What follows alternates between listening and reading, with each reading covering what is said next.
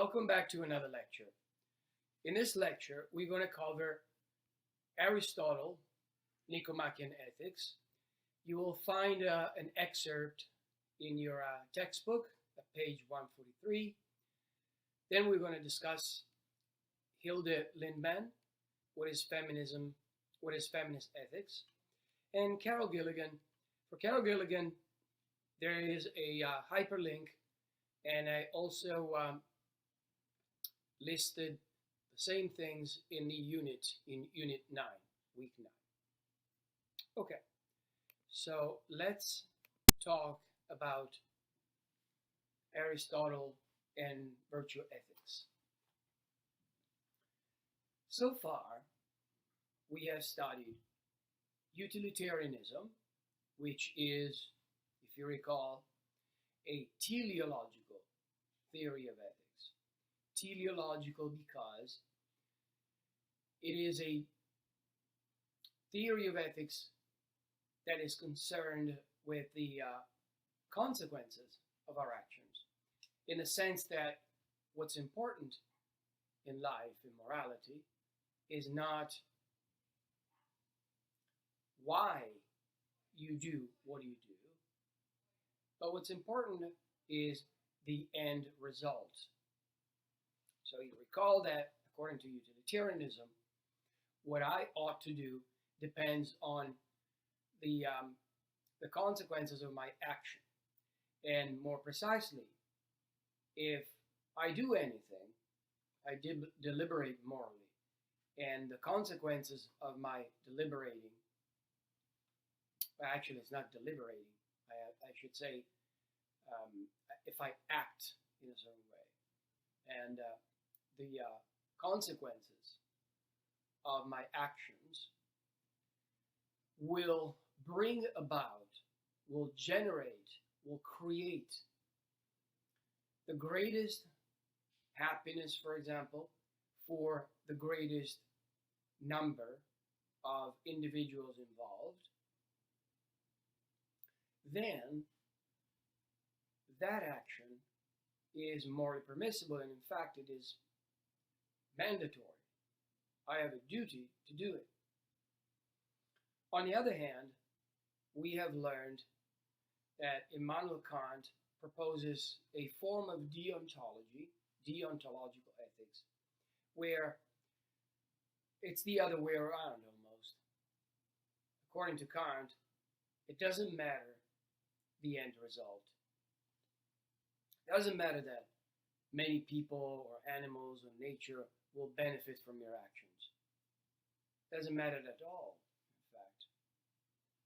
What matters is that you do what you do out of a goodwill. So essentially you do what is right for the right reason. Whereas utilitarians do not care really about the right reason. There is no right reason. As long as you do what benefits the most, that's it. That's the right reason for them. Now, in talking about virtue ethics is interesting because if you ask, is virtue ethics a teleological or a deontological theory? I don't think it's the right question. It's like asking, is my chair or my computer happy? It's just the wrong question. Virtue ethics is a completely different approach because virtue ethics is not a moral theory like the moral theories that we have encountered so far. Because it's not concerned about what I ought to do. That's not the starting point at all. Not that it's not interested at all. Not interested in a sense that it's not the primary goal of virtue ethics. And in fact, virtue ethics, I wouldn't even classify it as a theory of ethics. Well, first of all, virtue ethics is a family of many different virtue theories. especially starting in the 1950s, there was a revival of virtue ethics, and since then, a number of scholars have developed several virtue theories that somehow revolve around the idea of a virtue, which we are going to talk about very soon. I just want to actually take a moment to appreciate the first slide of virtue ethics. It says humility. That's a virtue. By the way, you see the Chinese characters, because virtue ethics goes way, way back. There were many, even in the past, in the ancient world, there were many different types of virtue ethics, or virtue theory. One of which was proposed by the philosopher Confucius, which everybody knows, right? Be like the bamboo, the higher you grow, the deeper you bow. That's a very beautiful thing.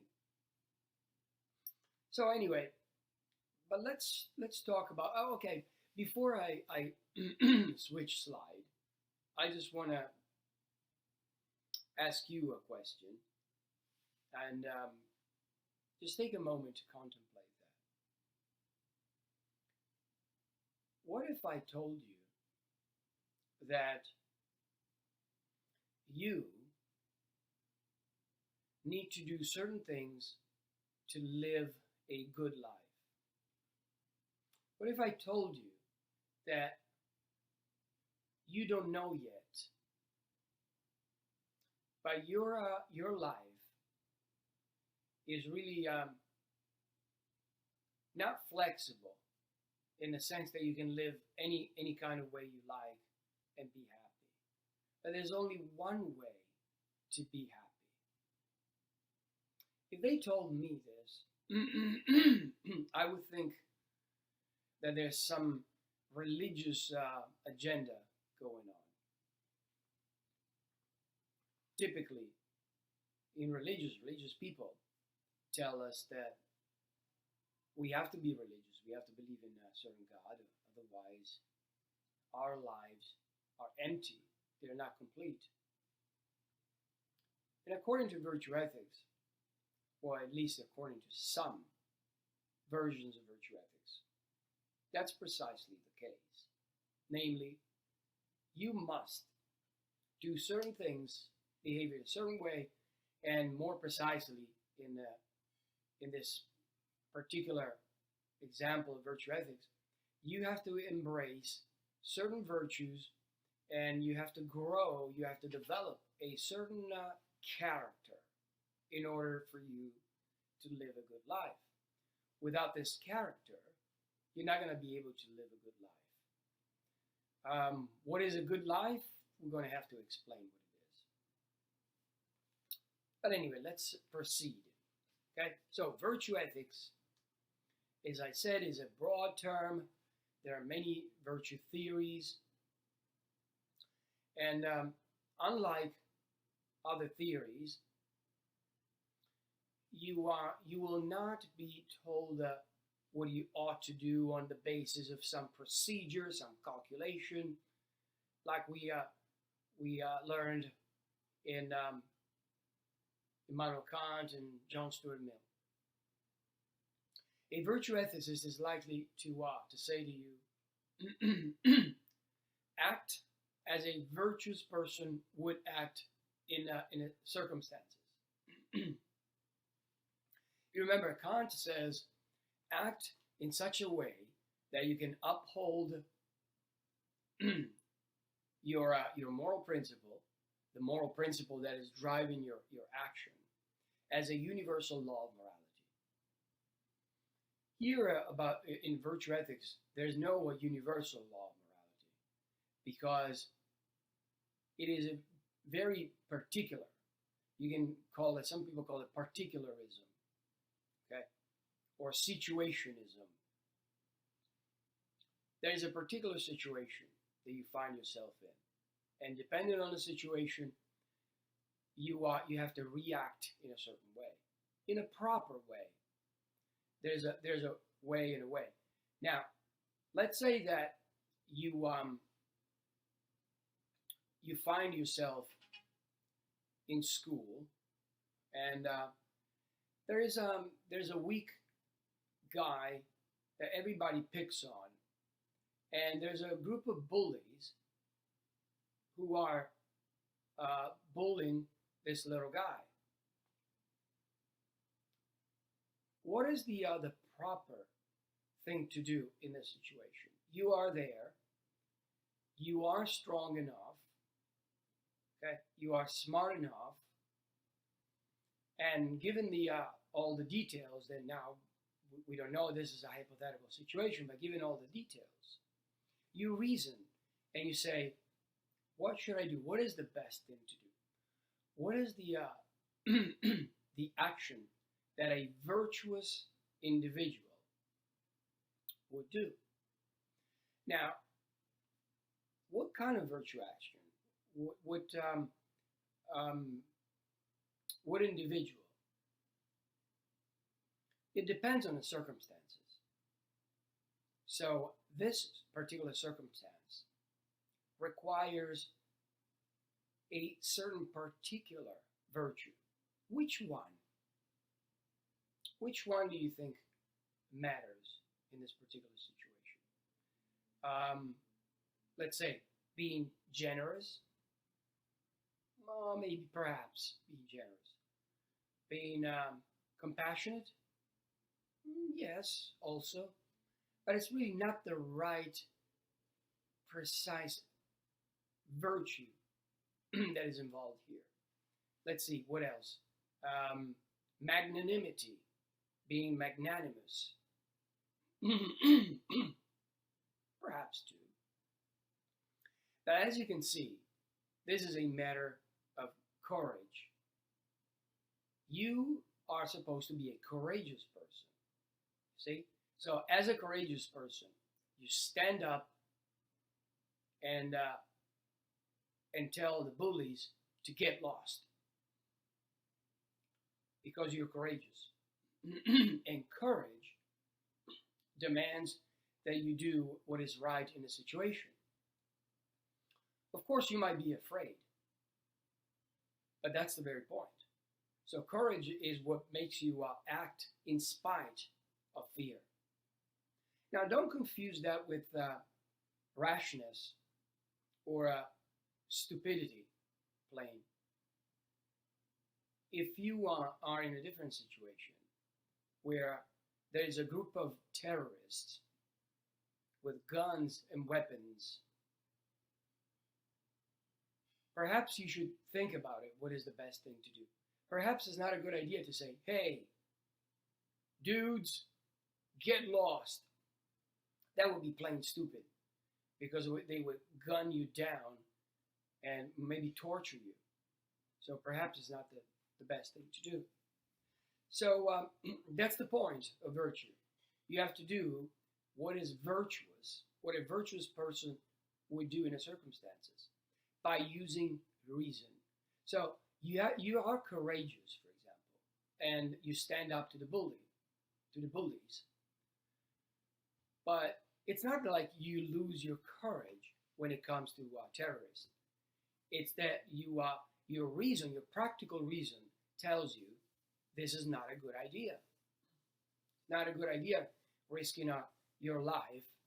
I mean, if you can risk your life and really make a dent, do something good, then it's a different story. But if you're just getting killed by the terrorists, then it's not worth it. You shouldn't express your courage that way. But you get the idea, I hope. So most of the virtue theories that we see today are inspired by Aristotle. So I will primarily talk about Aristotle. In the end, I'm going to talk about a couple more contemporary theorists. Now, A virtuous person is someone who is kind across many situations over a lifetime, because that is the character. Okay, so you acquire a certain character during your life. It's not something that you do at the just once because you are divinely inspired or whatnot. That you all of a sudden you become courageous. A virtuous person is one who is typically, normally courageous. He thinks in a courageous way. He lives a courageous life. And he teaches his children courage and his friends. And he would be appalled and disgusted at a person who would run away like a chicken.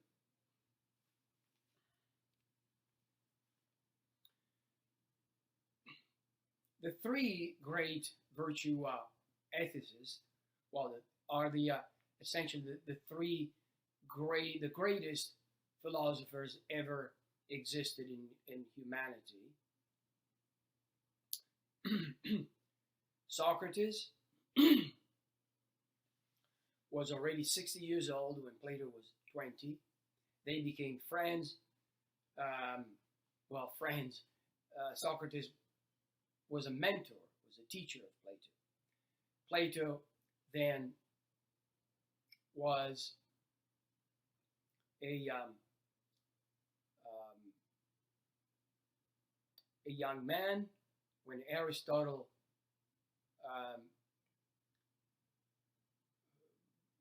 a young man, I'm sorry. Plato was 60, was in his 60s too, when Aristotle was 17 and started studying at the academy, the school that was founded by Plato. And these three great philosophers proposed virtue ethics. However, it was Aristotle who wrote down a book. I mean, it's not a book, it's a series of lectures, but he's the only one who wrote down specific details about virtue ethics.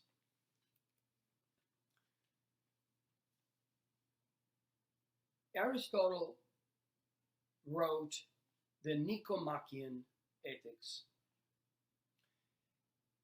It's one of the most important books in human literature. And it's not even a book, as I mentioned, because it's a series of lectures that he gave at the school, at his school, the Lyceum. And he begins the book with this profound passage. Every art and every inquiry, and similarly every action and pursuit, is thought to aim at some good. Think about this for a second. Everything that you do, it's aimed at some good. Right now, you're taking a course in ethics. What's your goal? Well, the goal is, to learn something which is good in itself, and also to get credits, right? Because you're a college student, and that is good. Why is it good? It's good because because those college credits will help you earn a degree, which is good. Now, what about people who say, do things that are not good, that we don't consider good? For example, serial killers, terrorists. But here's what's interesting. Aristotle would say to you, as I said, everything that people do is aimed at some good. I understand that you regard the acts of a serial killer as bad, as evil. But you see, from their point of view, what they're doing aims at some good. Naturally, it's good to them, not to you. But they don't do what they do because they say, this is evil, and I pursue evil. You never really pursue evil in itself. Sorry, I didn't quite catch that. Could you please repeat it? That's Siri. I'm not sure I'm hearing you correctly. My apologies. Anyway, so people, whatever they do, whether they do evil or they do good, they aim, their actions aim at some good. Okay? Now, and for this reason, because every action, every pursuit, every inquiry, every art, every craft aims at some good, people have rightly said that there is a good, a supreme good, a final good, toward which all actions and crafts and arts and inquiries and pursuits aim at. So in other words, whatever you do, even if you're scratching your head, that aims at some good. But that's not the final good. There is a final good. There is a supreme good. The one for which everything else makes sense. Is that clear? I'm going to clarify. Don't worry. We have time. Before I move on, I go back to clarifying what this highest good is. I have to explain other details. Aristotle is interested, as I said, in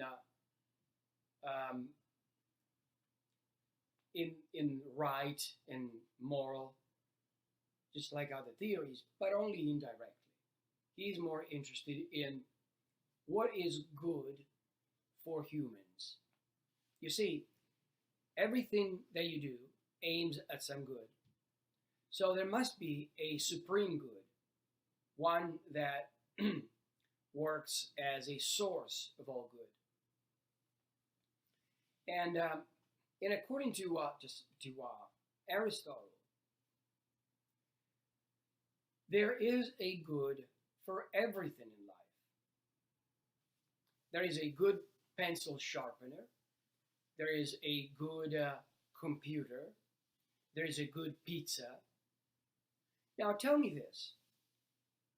Why would you not think that there is a good for human beings?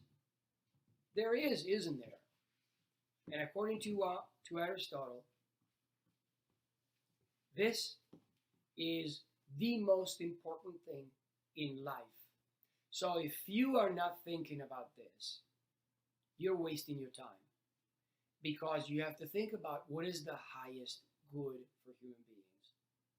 And when you realize what it is, that will teach you how to live, how you ought to live your life. Now, this is not no small potato. This is a very important thing. It's the most important thing that you can think of in life. Wait a minute. There is actually a way to live a good life, a way that I ought to live. I want to know it. We all want to know it.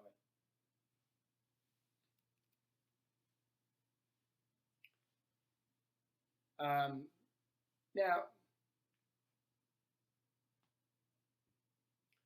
Aristotle tells us that, first of all, you have to be born in certain circumstances in order to understand, to have a minimal understanding of the virtues and what is good. If you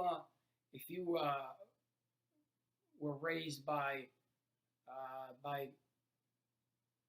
drug addicts, and your parents were in jail most of your life, and you were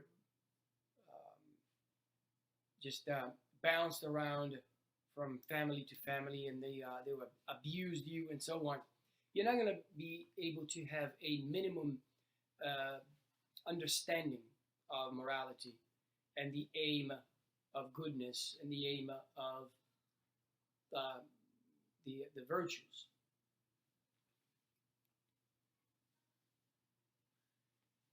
So, unlike the ontological and consequentialist theories, virtue ethics does not aim at the universal principle of morality. Not what should I do, but rather what kind of person should I be. Now, some goods are better than others, and there are different goods. Aristotle says everything that we do aims at some good, and for that reason, there is a highest good, a supreme good, a starting point of all good. But people disagree on what is the highest good. Some people think it's pleasure. Some people think it's honor. Some people think it's love, or wealth, fame, or glory, etc. But you see, all these kinds of goods, they might be good for something, but they're not good in themselves. Why do you want pleasure? Well, of course, you want pleasure to feel pleasure. But that's not the highest good. We don't live for pleasure. There are other things that are more important than that. Honor, well, honor might be good, but you want honor because you want to be honored in life, and that is conducive to maybe some pleasure, some recognition, money. What about love? Well, the same thing. Love can be good, but also can be bad. It can make you suffer. Wealth, let's not even talk about wealth, because we know that wealth might lead to sadness, loneliness, and many other problems, many other issues. Fame, glory, and so on. These are all goods to a certain extent. They can be misused. They can lead to also not so good a life. Okay? So, Aristotle also, like Kant, distinguishes goods that are instrumental and intrinsic. He doesn't have a distinction like Kant of goods that are good without qualification. It's only division between intrinsic and instrumental. So, for example, money is instrumental, remember, but happiness is the only thing that is the supreme good. There are other things that are like humor, which is instrumentally and intrinsically good, knowledge, health, love, a job, and so on. All these goods are either intrinsically and instrumentally good or instrumentally good.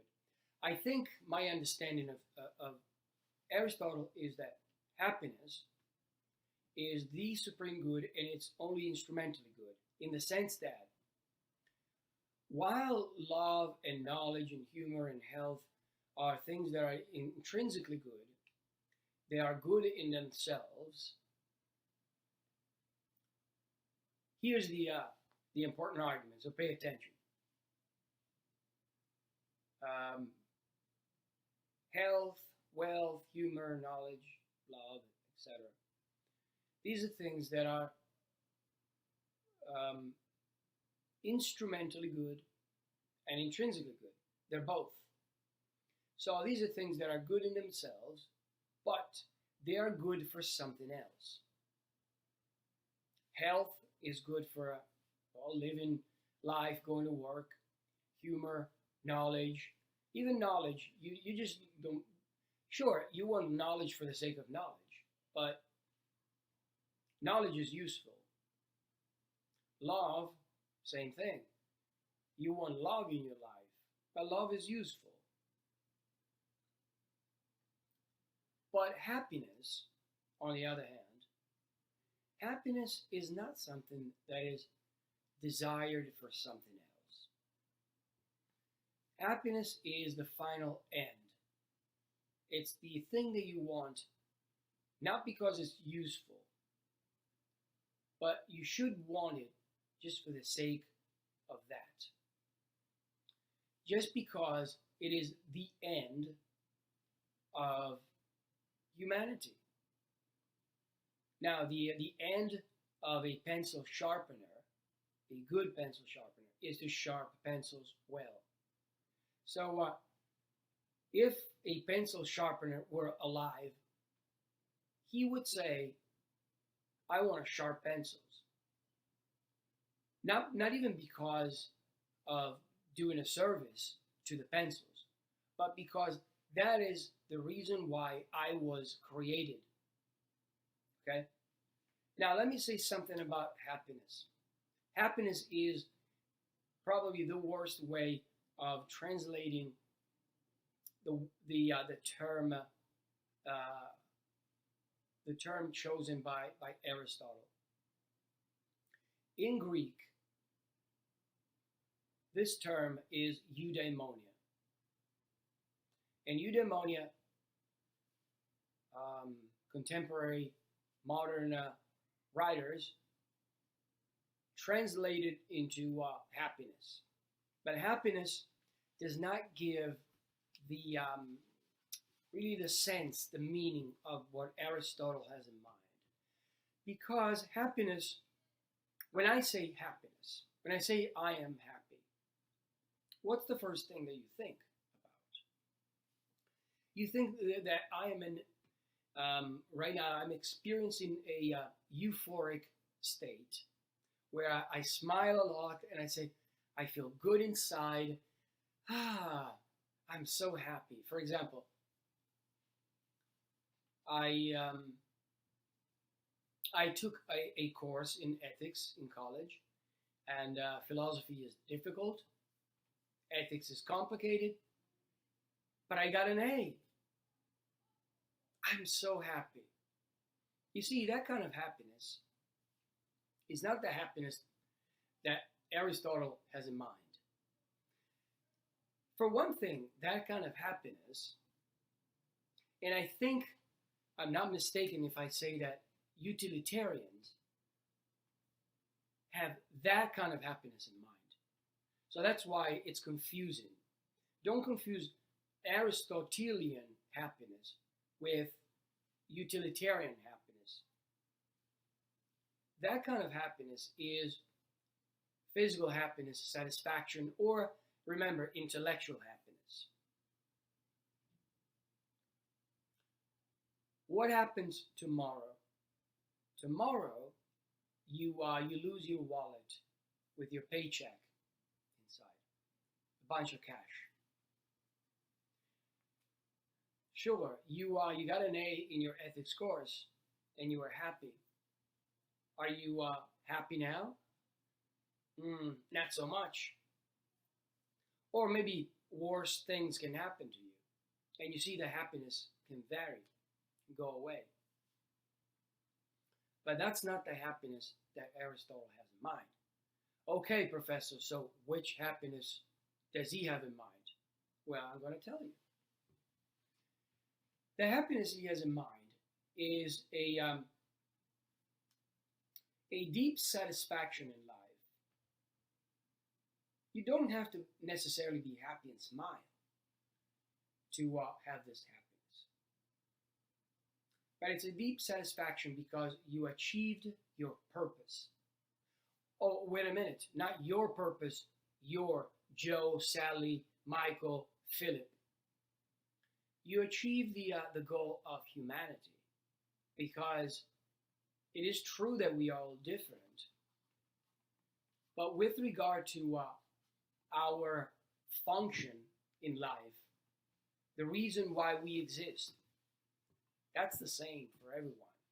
I don't care that you come from China, Africa, Italy, Ohio. There's a final goal for you. Whether you're a woman, a man, doesn't matter. There's a final goal, and that's the same for everyone. Now, one more thing that very important that I have to say is that when do you achieve happiness? Well, essentially, you don't achieve happiness while you're alive,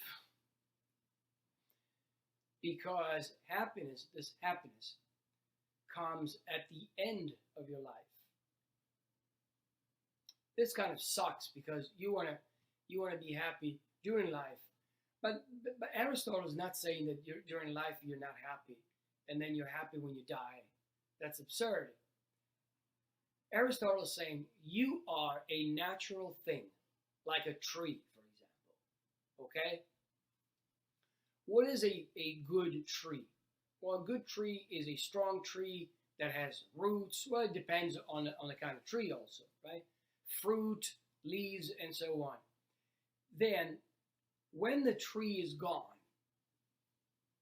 it's destroyed, it dies, it's no longer. You can look back at the life of this tree, the entire life of the tree, and say, that was a good tree. You can't say that it's a good tree while it still exists, because, well, you don't know what's going to happen. Just like the same thing is for human beings. A good human being, one who achieves happiness, is one whose life is complete. And consequently, only at the end of that life can we say, that was a good life. That was a life that achieved eudaimonia.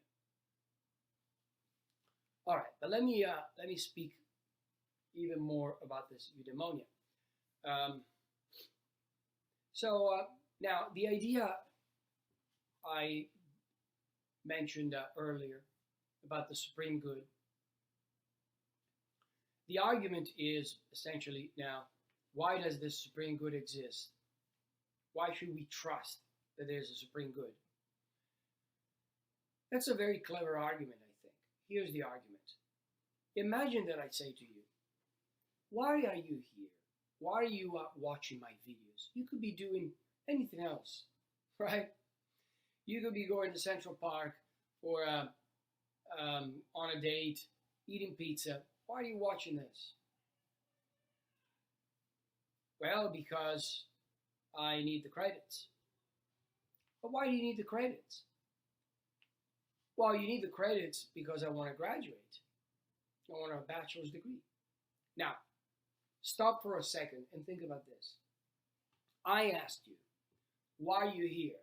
Why are you watching this video? You have to give me a justification for why you're watching this video. And the justification must be an answer that satisfies that question. Why did you get the part in the movie?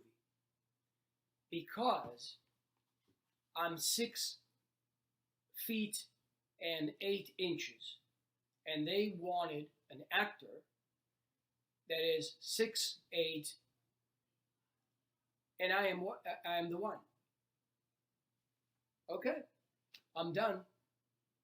That was what I wanted to know. You see, so that answer explains why you got the part in the movie. Okay, that's a total explanation. It requires no further explanation. I can't ask you, I mean, I can, but it would be absurd to ask, oh, why are you 6'8"? Because I am. Why do they want an actor that is 6'8"? Because they did. That's the director's decision. They wanted an actor that's 6'8", period. End of the story.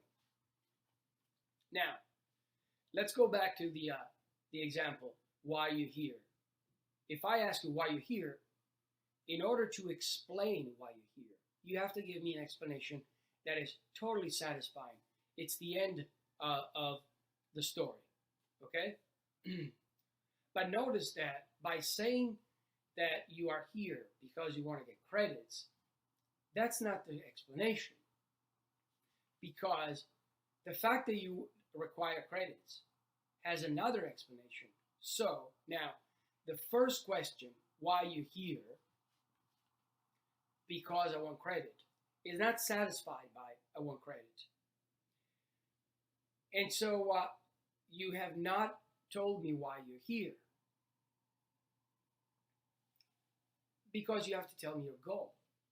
Now, the goal cannot be that you want credits, because you don't want credits to have credits.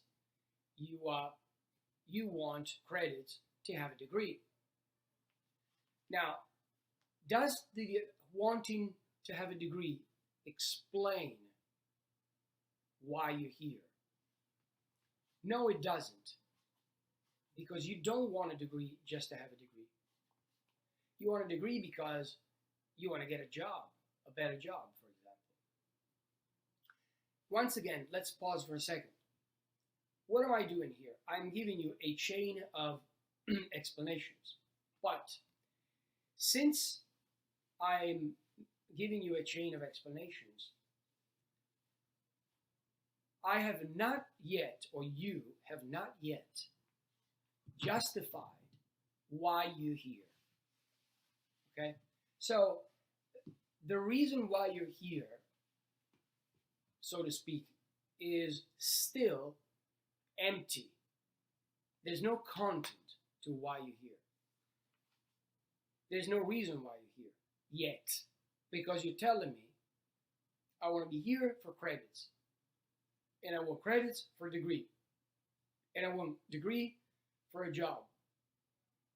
So once again, you still have not justified why you're here. Now, if I ask you, but why do you want a better job?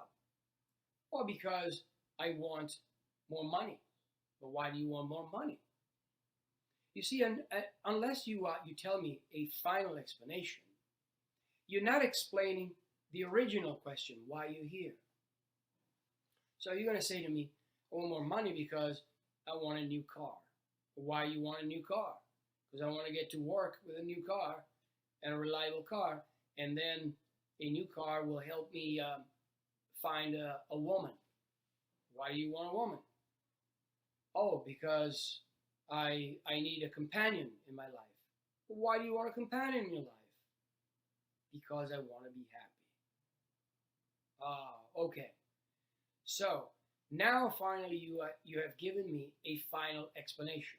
So the reason why you're here, watching this video right now, is because you want to be happy. That's the final explanation. Okay? And so the argument why there is a supreme good is because if there is no supreme good, then everything that we do is empty. Everything that we do has no meaning whatsoever. So there must be a final good that everything that we do aims at. Going to college, getting a job, a new car, anything. An Armani suit, anything. Everything that you can think of goes all the way to the final explanation, which is happiness. Okay? And that's what you pursue for the sake of happiness alone. not because of anything else, only for the sake of it. So that is what's intrinsically good, and that is what is supremely good. But this is not the happiness, again, this is not the happiness of euphoric happiness, of being content in life. This goes beyond that, because that kind of happiness, when you smile, when you're happy, when you're euphoric, that kind of happiness can change, can go away. But the supreme happiness, eudaimonia, that doesn't go away. That is the goal, the final goal, and that's fixed. That doesn't go away. Now, so good for humans is happiness, okay? Eudaimonia, this completely highest, supreme good, something that doesn't go away, not just ha ha ha, I'm happy. It is the supreme good.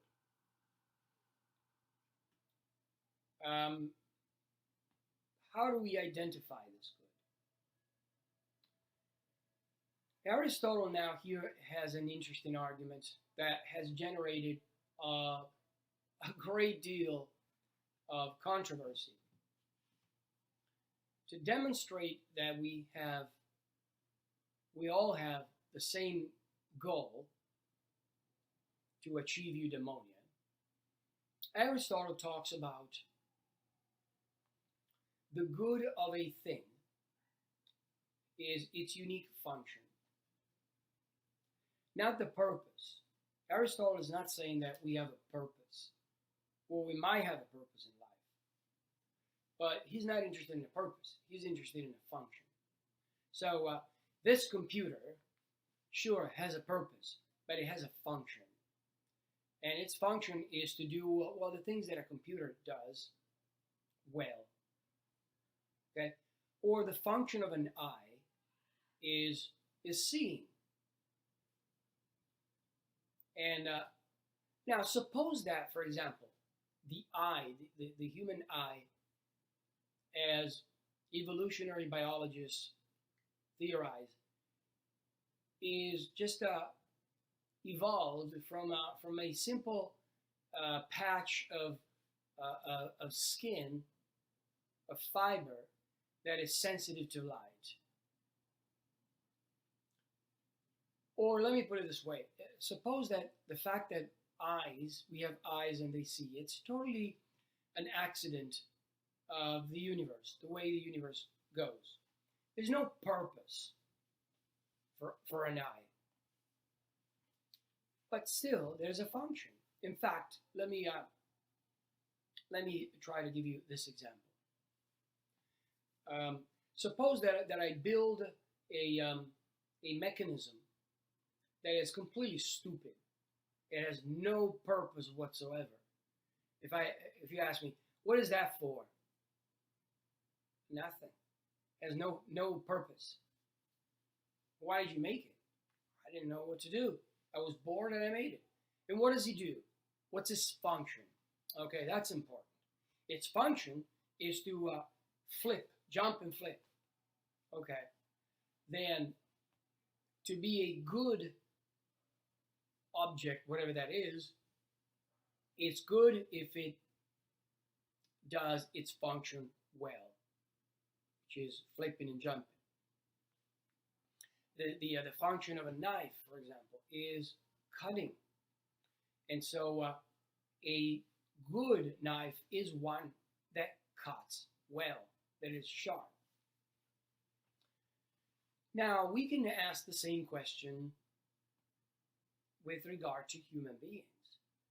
What is the function of human beings? Forget about the purpose.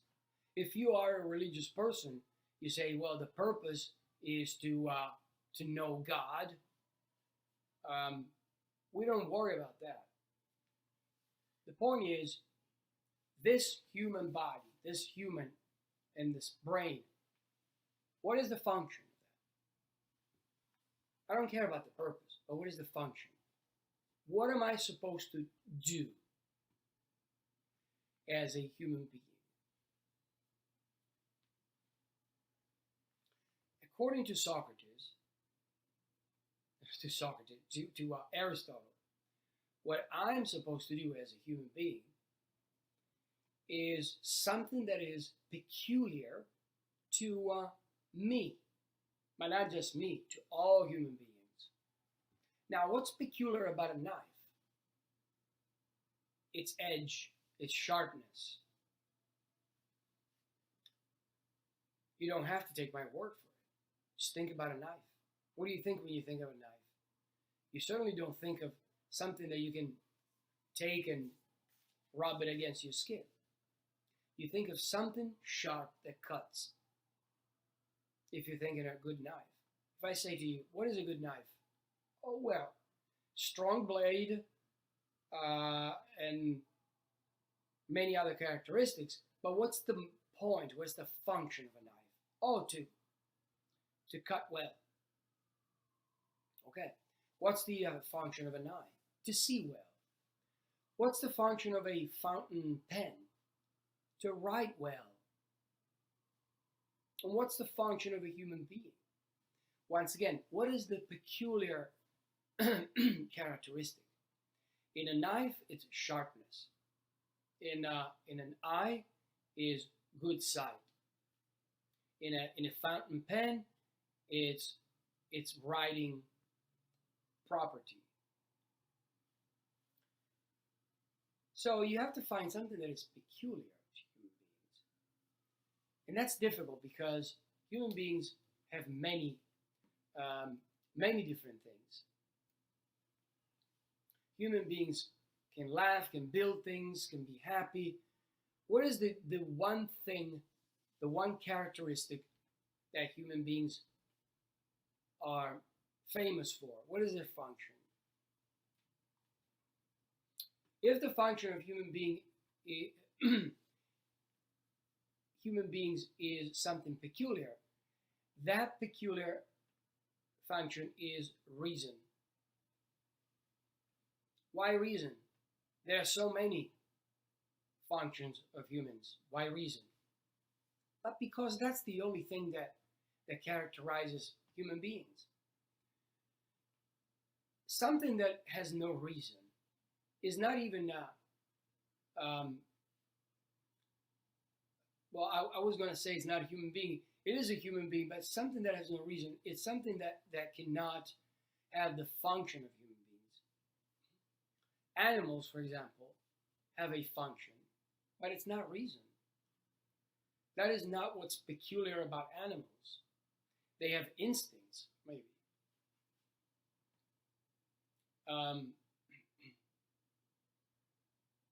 The only thing that human beings are famous for, the only function of human beings, is reason. Because we are the only beings, as far as we know in the universe, that have reason. So it is reason what is peculiar. Just like sharpness of a blade is peculiar to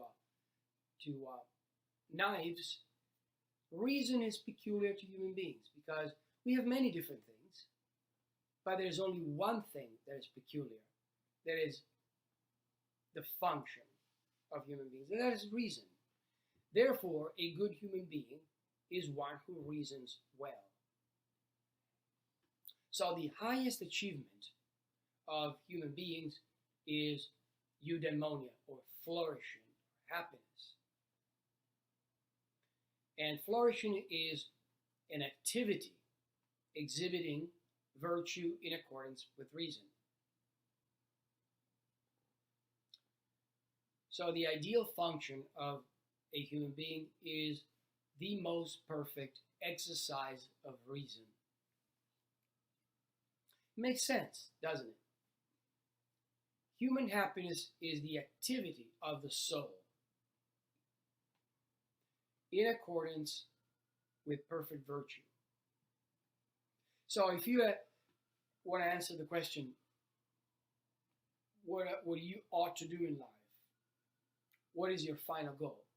Your final goal is something that you achieve through a life of acting, being active,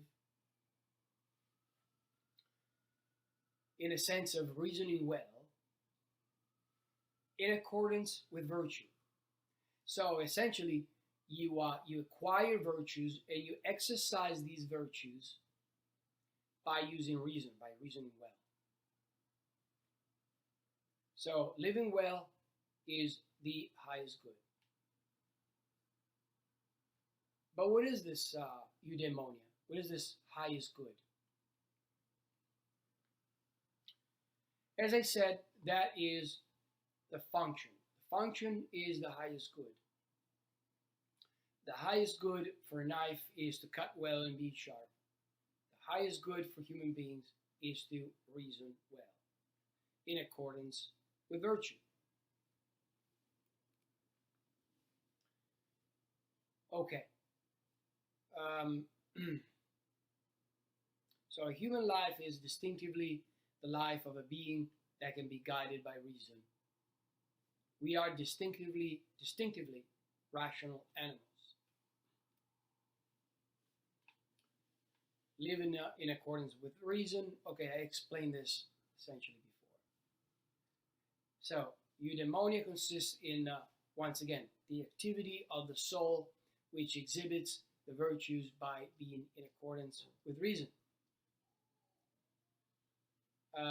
And as I said, this applies to the entire life, a life as a whole of an individual.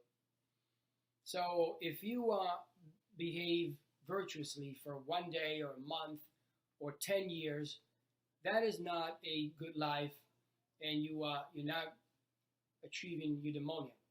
It's only a life of practice of the virtues. What is a virtue?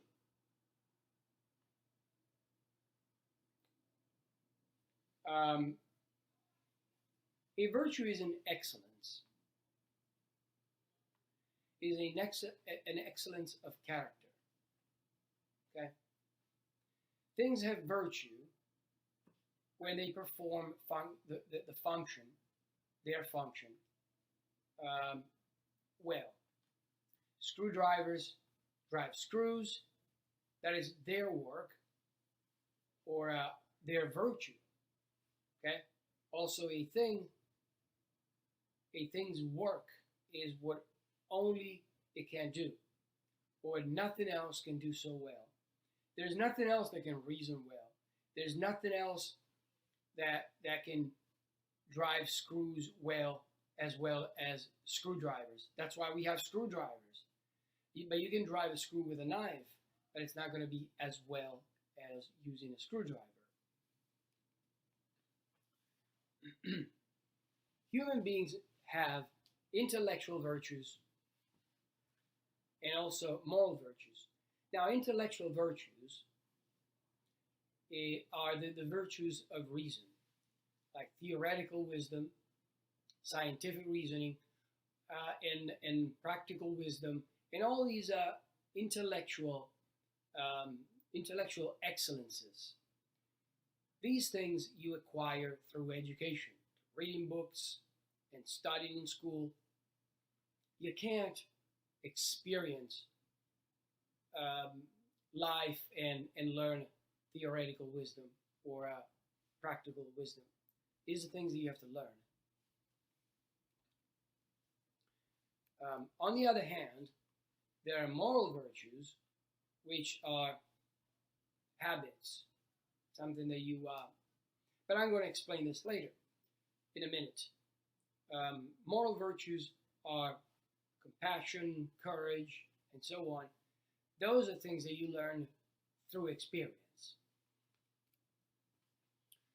But let me first explain another way to understand virtues. Virtues are those traits of character that lie between two extremes. So, between two vices, there is a vice of excess and a vice of deficiency. And the mean, the one in between, is the virtue. The virtue is always relative to us and not to the thing. Not the same for all of us. Okay? In this way, then, every knowledgeable person avoids excess and deficiency, but looks for the mean and chooses it according to the particular circumstance.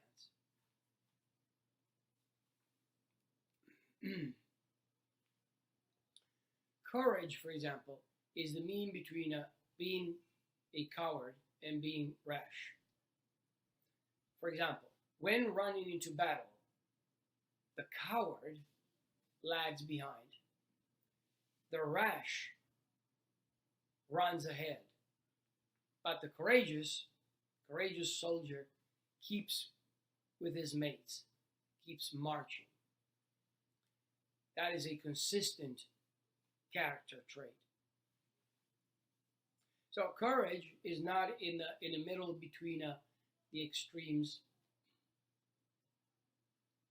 That is because prudence, the intellectual virtue that finds the mean, tells us that being courageous is not exactly in the middle. But rather, it is more toward being rash than to be a coward.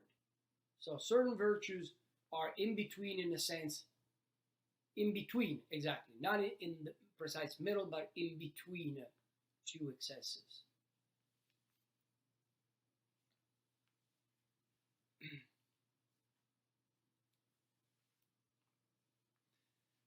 Now, according to Aristotle, there are many virtues: courage, temperance, liberality, magnificence, magnanimity, proper ambition or pride, patience, truthfulness, wittiness, friendliness, modesty, and righteous indignation.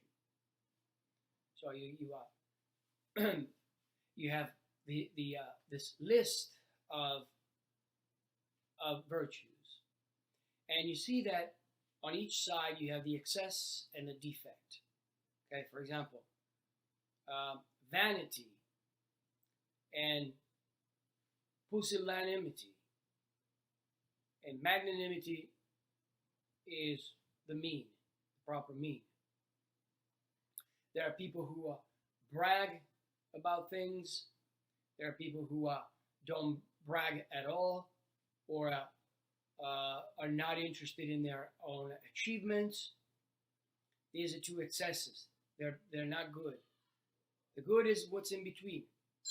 So, for example, being I'm sorry, I'm sorry, my phone rang. I can't talk now. So, modesty is what's in between. Okay, that's the proper. There you go. The proper virtue. How do we acquire more virtues? Remember, the intellectual virtues are those virtues of the mind, of the soul, according to Aristotle, that guide our virtues. So you can be courageous, but that's not enough. You have to know how to be courageous in the right way. And what is the right way? Well, that's where the intellectual virtues come in. How do you acquire intellectual virtues? You have to study. But how do you acquire moral virtues like courage, temperance, justice, and so on? Through practice. Through practice. There is no other way.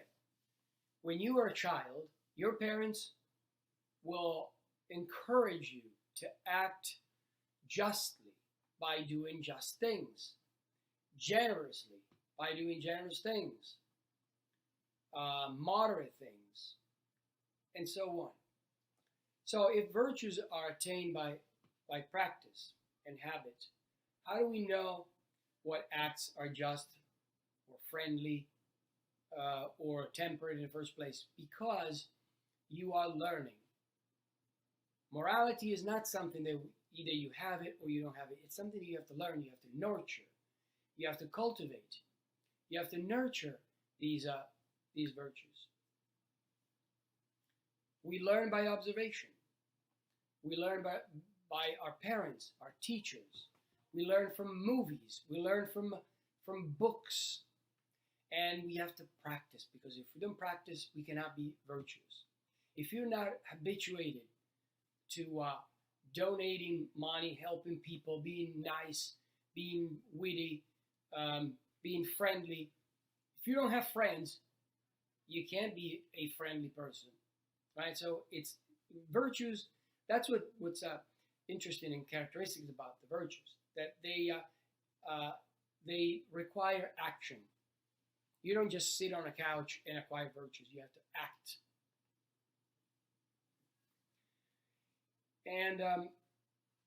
And we use these intellectual virtues, as I said, to guide our virtues. But first we learn how to do it from our parents, and then we internalize it.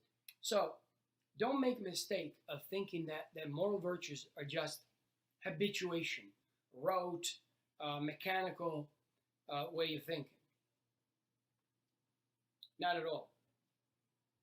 It's a habit in a sense that you internalize and you understand the reason why you're doing something.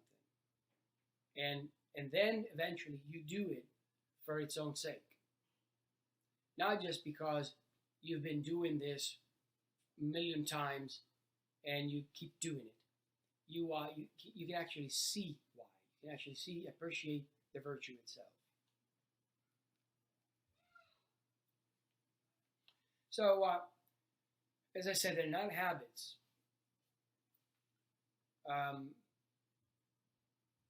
To hold a virtue, to have a virtue, is to have a complex mental framework. It's not just a habit, but it's it's having psychologically a certain nexus of mental feelings and attitudes. Some people call it a multi-track disposition. For example, to be a truthful person is not only to tell the truth all the time, just as a habit, but is to tell the truth, but not indiscreetly. Okay? It's to understand when to tell the truth. Also, a truthful person, a virtuous person who is truthful, raises his children to do so. It encourages others to do so. It doesn't find jokes about dishonesty funny. It is surprised and saddened by dishonesty in friends. It doesn't provide the truth to those intending to misuse it. Remember Immanuel Kant's murderer, the inquiring murderer. He cares or she cares about truth for its own sake. So she values it above personal feeling. So as you can see, a virtue is a rich psychological package of an individual.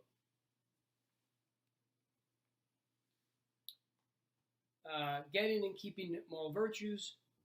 If we do what is right due to a disposition established by practice and habit, Aristotle calls that a condition virtues.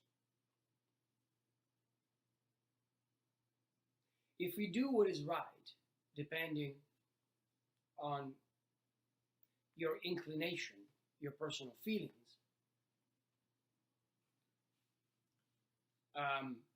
well, actually, what I wanted to say is that essentially a virtue is only the one that I explained, a nexus of psychological dispositions to do what is courageous and so on, to feel good about doing courageous things and so on. Now, if you do what is right, because you see that it is right, the right thing to do, but you hold yourself and you say, I would like to smoke, but I don't do it. I don't do it because I know that it's wrong. That's not a virtue. That is, according to Aristotle, what he calls being continent. You contain yourself. Now,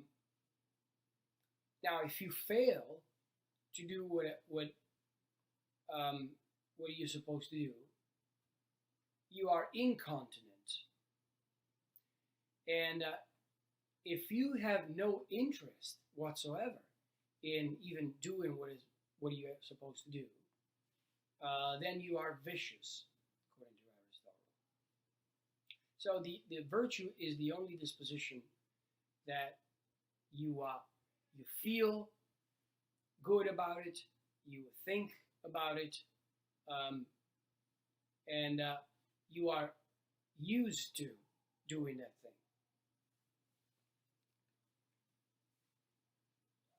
Now, virtues make their possessor good. But what do we make of courage in, say, a thief or a criminal? Once again, Aristotle would say that's not the virtue of courage. Being courageous is not just using your strength to do something that normal people would not do. Certainly, it takes a greater amount of courage to do criminal activities, to kill, to steal, to rob a bank.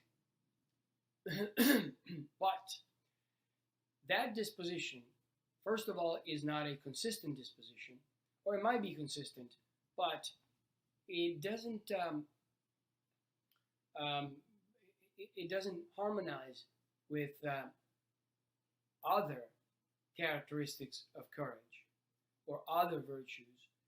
The virtuous person does not rob a bank in the first place because it would be also unjust to do so. To possess the virtue, you in effect you need a unity of virtue.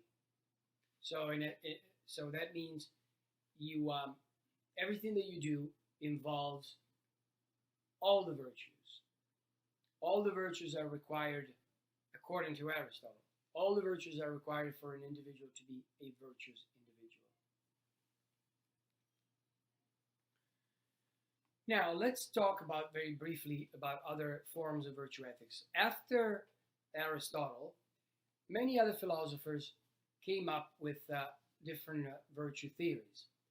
The first philosopher is Elizabeth Anscombe, who in 1958 wrote a very influential paper that helped the revival of virtue ethics. I mean the revival because up until then, the ethics of Immanuel Kant and the ethics of Jeremy Bentham and John Stuart Mill, utilitarianism and deontological ethics, were the dominant ethical theories. But starting in 58 with that paper, many other moral philosophers began thinking about how virtue ethics makes more sense. A famous one was British philosopher Philippa Foot. She tries to give it a different spin to Aristotle's virtue ethics. Rather than flourishing, she focused on what is good for the particular form of life. So virtue contributes to the good life of an individual based on that particular form of life. So for a wolf to be good, to have a good life, what contributes to that good life is doing the things that the species of wolves normally do. Now, the difference, I guess, between Foote and Aristotle is that for Aristotle, there's no question that you have to acquire the virtues, otherwise there's no good life. You do not live a good life. For Foote, according to Foote, you don't necessarily require the virtues, but the virtues are the best bet for living a good life.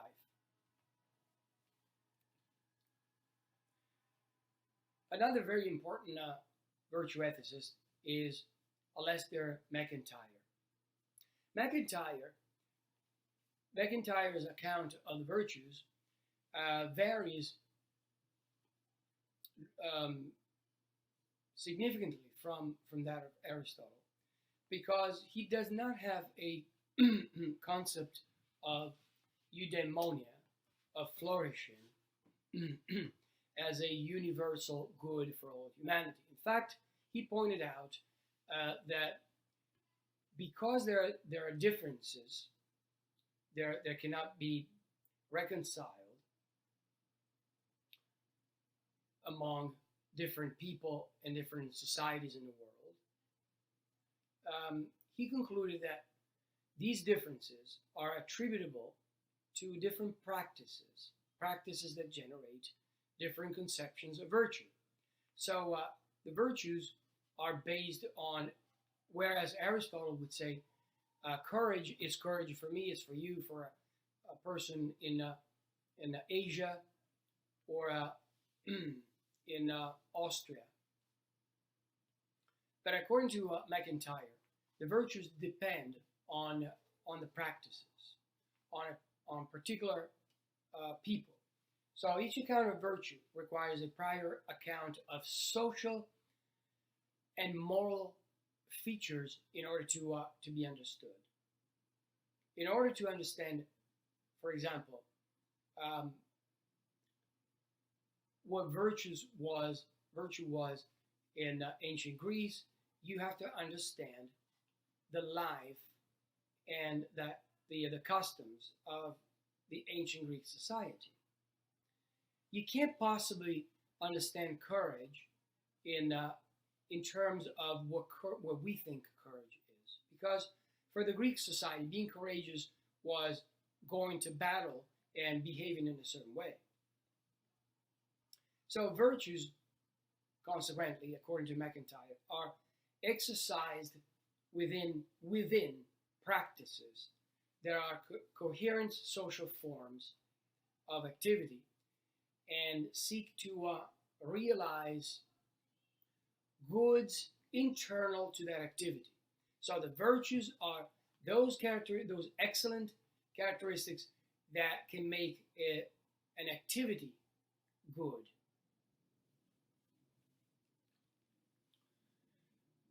Another very important one is Rosalind Hertzhaus from New Zealand.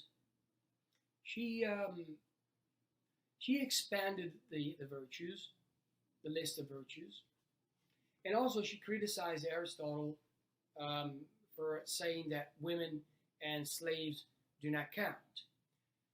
According to Aristotle, you are born with a certain nature, and there are people who are born as slaves. Women cannot be more like men. They just don't have the same rationality of men.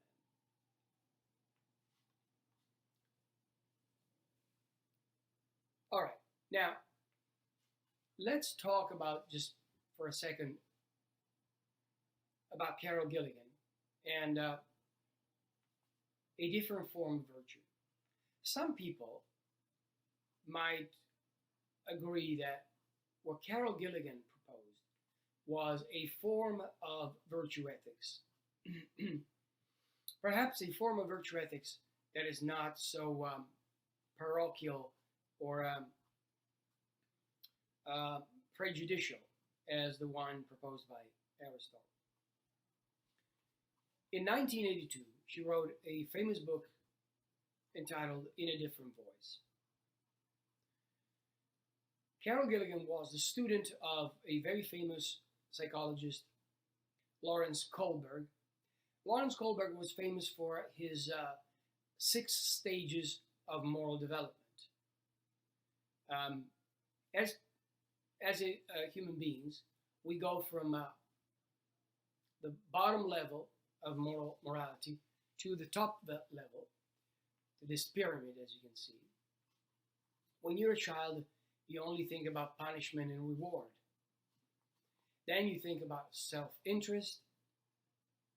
Then you try to be good so it looks good to others. Then you think about legalistic sort of morality. Law and order morality, he calls it, where morality is what is legal, for example. The rules of law are moral. But then you hopefully evolve, you grow morally, and you get to the level, you rise to the level of the social contract. The social contract, if you remember, I explained the social contract, is the idea that I sacrifice my rights in order to live in a society and get along with others.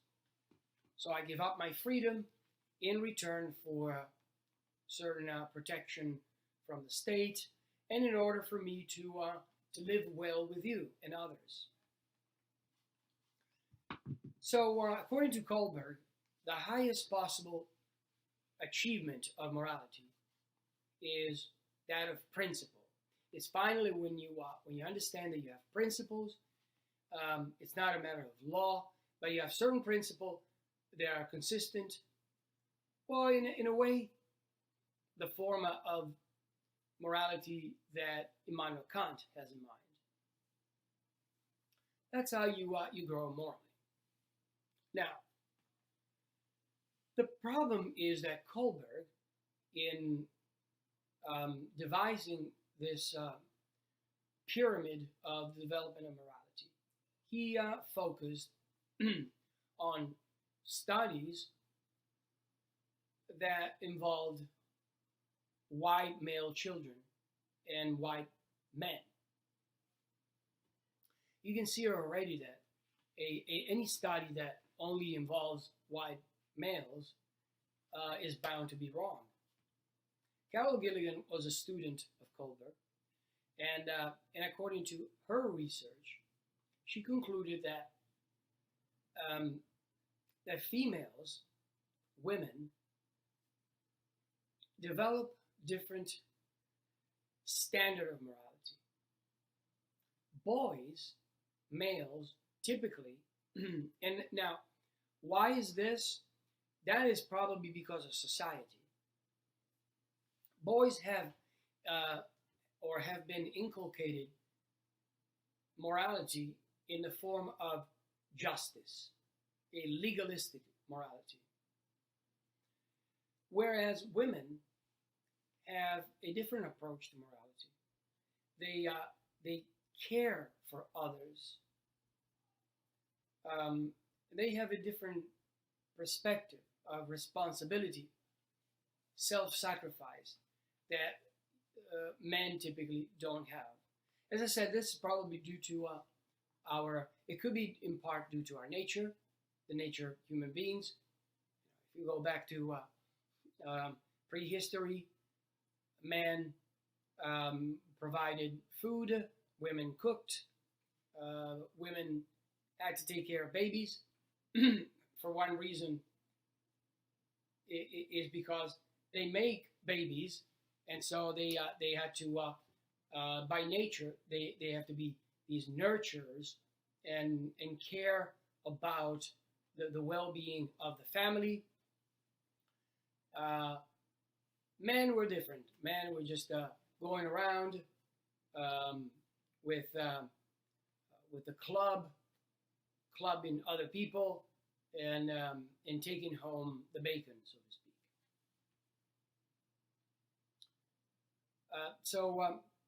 But this is a very important distinction, because if females approach morality differently, then that pyramid that shows the development of the moral stages is spurious, is wrong, because it doesn't take into account that women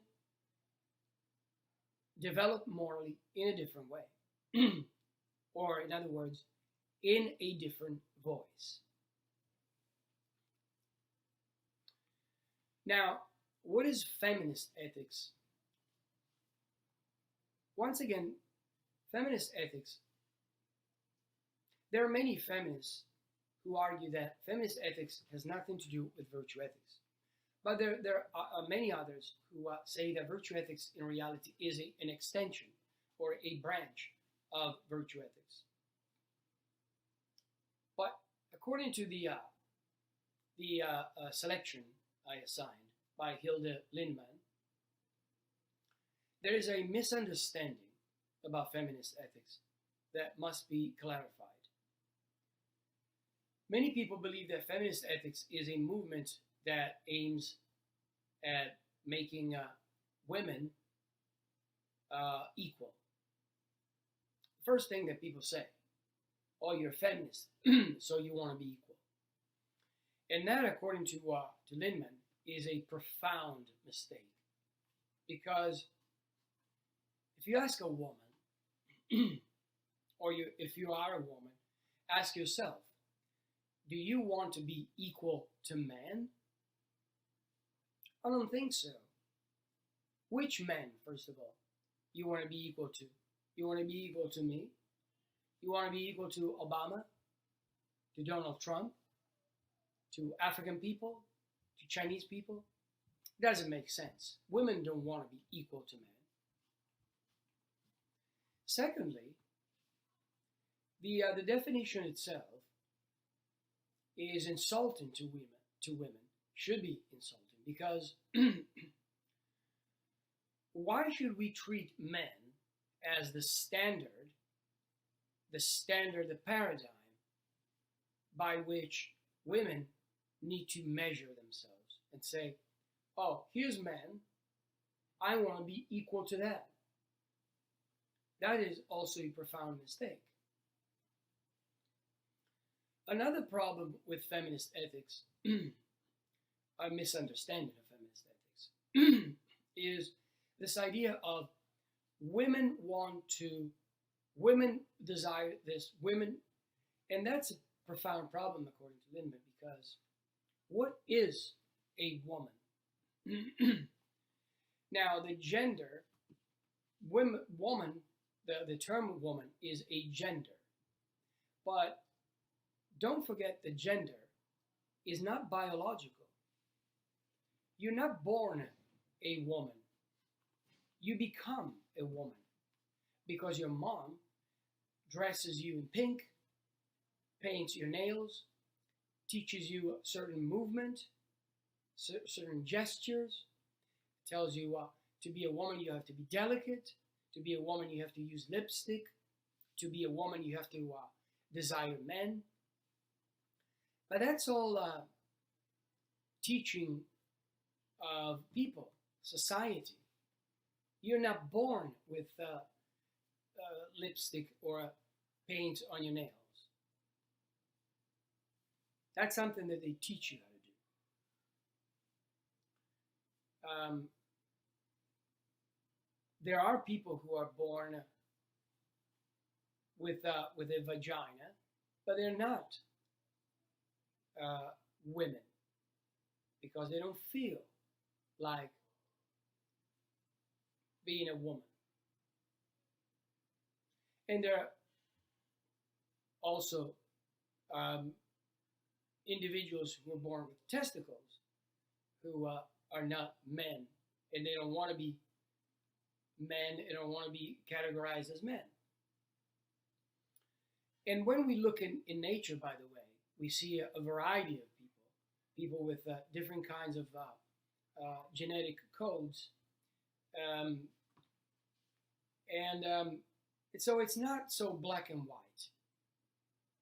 The reason why in society our starting point is either you're a woman or you're a man.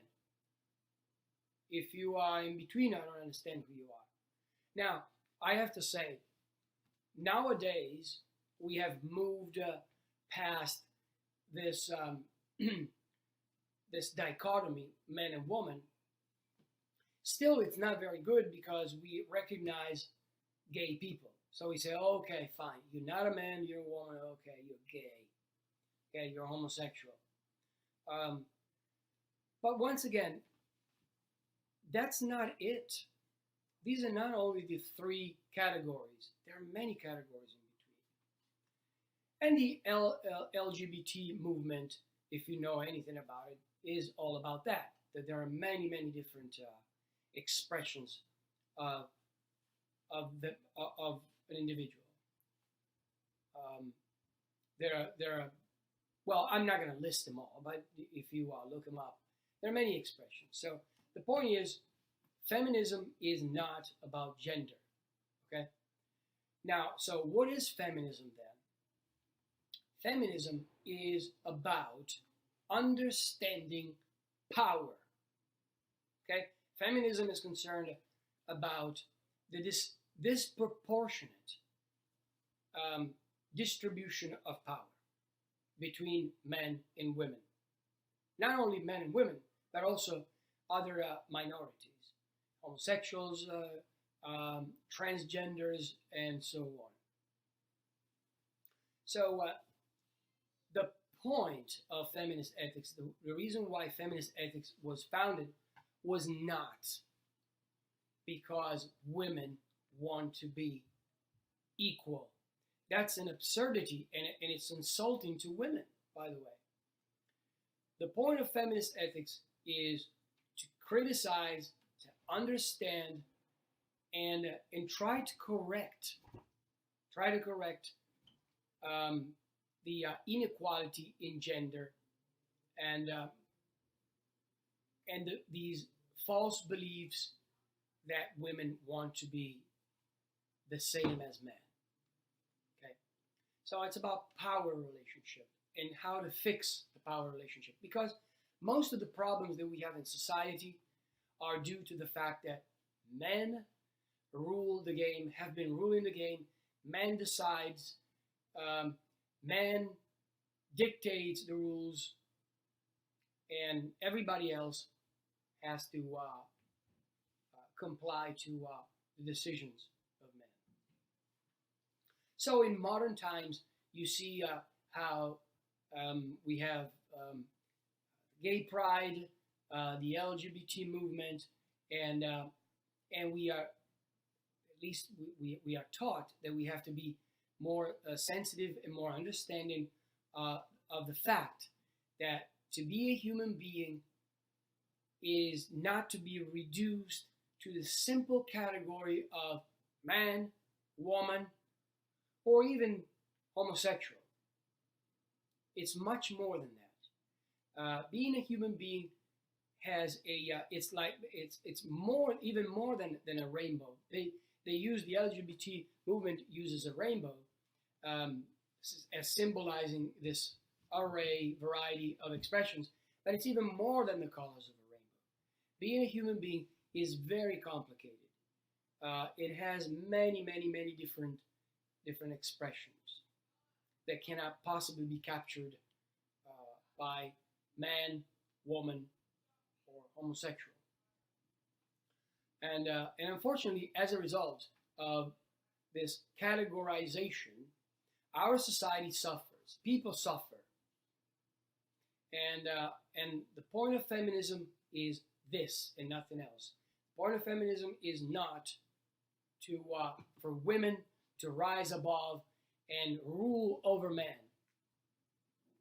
No feminist, serious feminist ethicist would ever dream of doing that, because the very point of feminist ethics is that we don't like the fact that men rule the world.